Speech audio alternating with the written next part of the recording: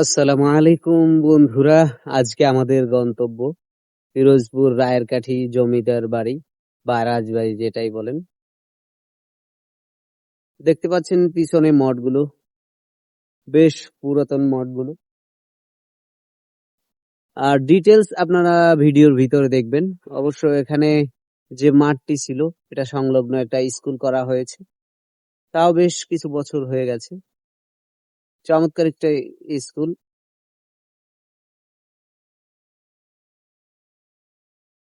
বন্ধুরা, সবাইকে স্বাগত জানাচ্ছি। আমরা রওনা দিয়েছি পুলিশ লাইন হতে পিরোজপুর।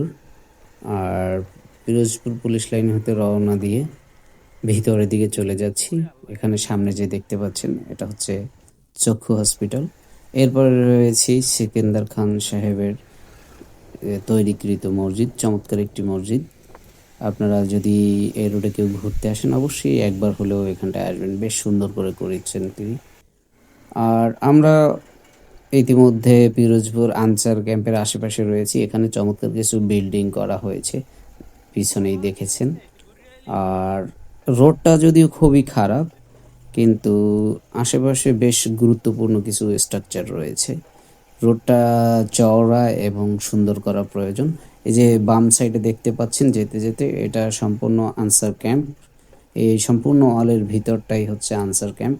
এখানে বিভিন্ন প্রশিক্ষণ বা বিভিন্ন কার্যক্রম করা হয় এবং নির্বাচনের সময় ভোট কার্য সাধারণত করা হয়। যেতে যেতে বন্ধুরা দেখতে পাচ্ছেন আনসার ক্যাম্পের ভিতরের দৃশ্যটা আসলে বেশ সুন্দর। আমরা ওয়ালটা বেশি উঁচু হওয়ায় খুব একটা দৃশ্য সুন্দর করে ধারণ করতে পারিনি। আর এখন আমরা যেটা দেখতে পাচ্ছি এটা হচ্ছে পিরোজপুর পুলিশ ক্যাম্পের শুরুর দিকটা। এখানেও সুন্দর একটা মসজিদ রয়েছে।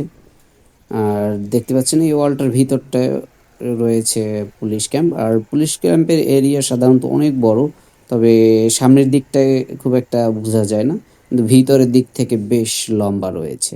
এটা হচ্ছে মেইন গেট পুলিশ ক্যাম্পের। দেখতে পাচ্ছেন পুলিশ ক্যাম্পের ভিতরে বেশ বড় বড় কয়েকটা খেলার মাঠও রয়েছে এবং প্রশিক্ষণের জায়গাও রয়েছে। আমরা ইতিমধ্যে রায়েরকাঠি সীমানায় এসে পড়েছি, ব্রিজটা পার হয়েই। এটা হচ্ছে আর আমাদের গন্তব্য, যেটা পূর্বেই বলেছি, পিরোজপুর রায়েরকাঠি জমিদার বাড়ি, আবার কেউ কেউ রাজবাড়িও বলে থাকে। আমরা এখন যাচ্ছি জমিদার বাড়ি মঠ বা মন্দির যে জায়গাটা রয়েছে, অর্থাৎ মঠ বলতে যে জায়গাটায় তাদের সমাধিস্থ করা হতো মৃত্যুর পরবর্তীতে, সেটাকেই বোঝানো হয়। দেখতে পাচ্ছেন সুউচ্চ কিছু স্ট্রাকচার দেখা যাচ্ছে এখান থেকেই। আর ভিতরে যেতে যেতে দেখবেন এর ইতিহাস খুব একটা উইকিপিডিয়ায় আপনি পাবেন না, কারণ খুব একটা তুলে ধরা হয়নি।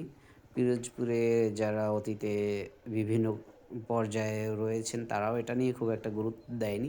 তবে যারা এখানের তত্ত্বাবধানে বর্তমানে রয়েছেন হিন্দু লোকজন, তারা কিছুটা তত্ত্বাবধান করছে।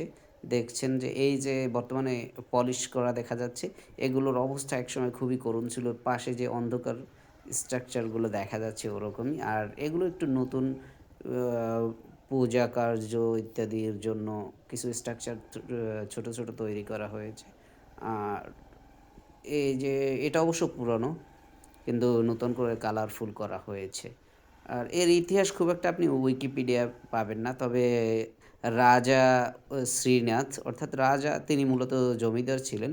তাকে মোগল সম্রাটরা রাজা উপাধি দিয়েছিল। আর এটা সাধারণত মোগল আমলেই তৈরি করা হয়েছে। বন্ধুরা দেখতে পাচ্ছেন চমৎকার কিছু স্ট্রাকচার।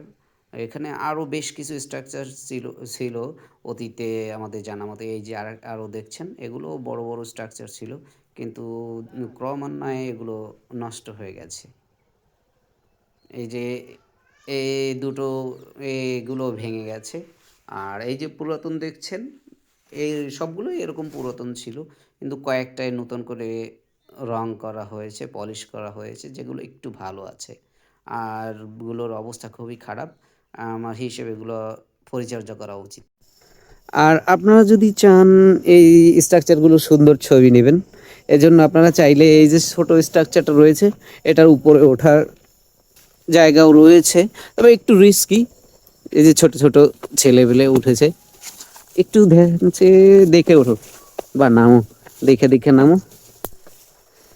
জায়গাটা একটু রিস্কি হলেও আপনারা চাইলে সুন্দর ভিউ নিতে পারবেন এখান থেকে। এই যে দেখতে পাচ্ছেন, ওয়াও, এখান থেকে ফটো সেশনের জন্য পারফেক্ট একটা জায়গা। বন্ধুরা, উপরে ওঠার পরে কিছুটা এরকম ভিউ দেখা যায়, যদিও এখন বিকালবেলা, যার কারণে অন্ধকার হয়ে এসেছে। আশেপাশের গ্রামগুলো দেখছেন, চমৎকার সবুজে ভরা। আপনারা জানেন যে পিরোজপুরের আশপাশটা একটু সবুজে ঘেরাই হয়ে থাকে।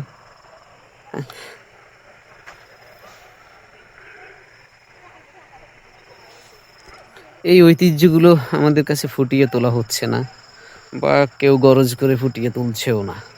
আর সরকারি কোনো ব্যবস্থা নাই। এই যে কালারগুলো দেখেছেন, এই বিল্ডিংগুলো পূর্বে এরকমই অবস্থা ছিল।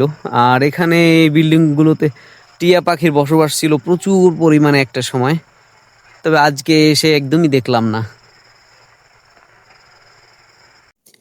বন্ধুরা, আজকে এ পর্যন্তই।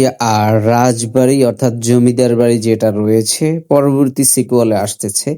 আপনারা আশা করি পরবর্তী সিকুয়ালও দেখবেন। আজকে এ পর্যন্তই শেষ করছি। সঙ্গে থাকবেন। আল্লাহ হাফেজ।